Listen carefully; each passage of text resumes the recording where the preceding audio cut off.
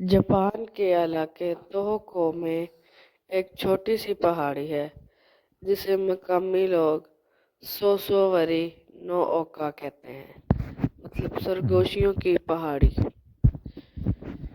बज़ाहिर ये एक आम सी पहाड़ी लगती है, मगर इसके गिर्द मौजूद गांव वालों का मानना है कि यहाँ रात को चलने वाले इंसानों की सरगोशियाँ सुनी जा सकती हैं, हालांकि वहाँ कोई मौजूद नहीं होता।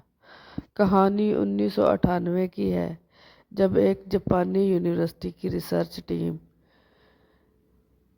ने उस मुकाम पर मकनातीसी लहरों की गैर मामूली सरगर्मी का मुशाहदा किया। उनका कहना था कि ज़मीन के अंदर से कुछ ऐसी आवाज़ रिकॉर्ड हुई हैं जो इंसानी ज़ुबान से मिलती जुलती थी, मगर वो किसी मखसूस ज़ुबान से ताल्लुक़ नहीं रखती। एक नौजवान एरिका शैनोज़ का ने पहाड़ी के अंदर की गारों में अकेले जाने का फ़ैसला किया। उसके साथियों ने उसे वायरलेस डिवाइस से जोड़ रखा था।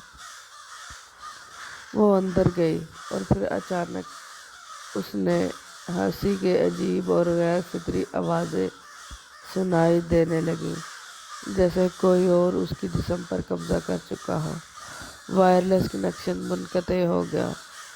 जब वो मिली तो जिंदा थी,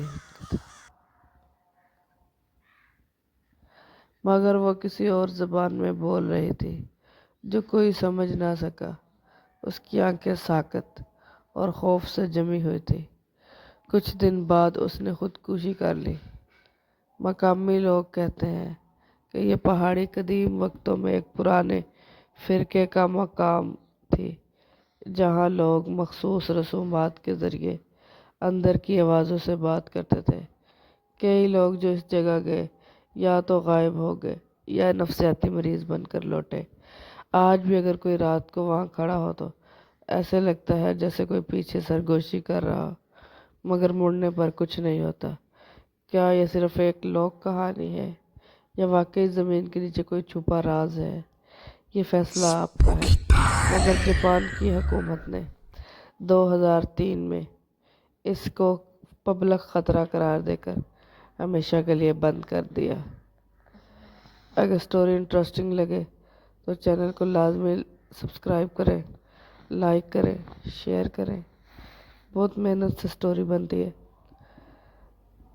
तो थोड़ा सा अप्रिशिएट किया करें। अल्लाह हाफिज़।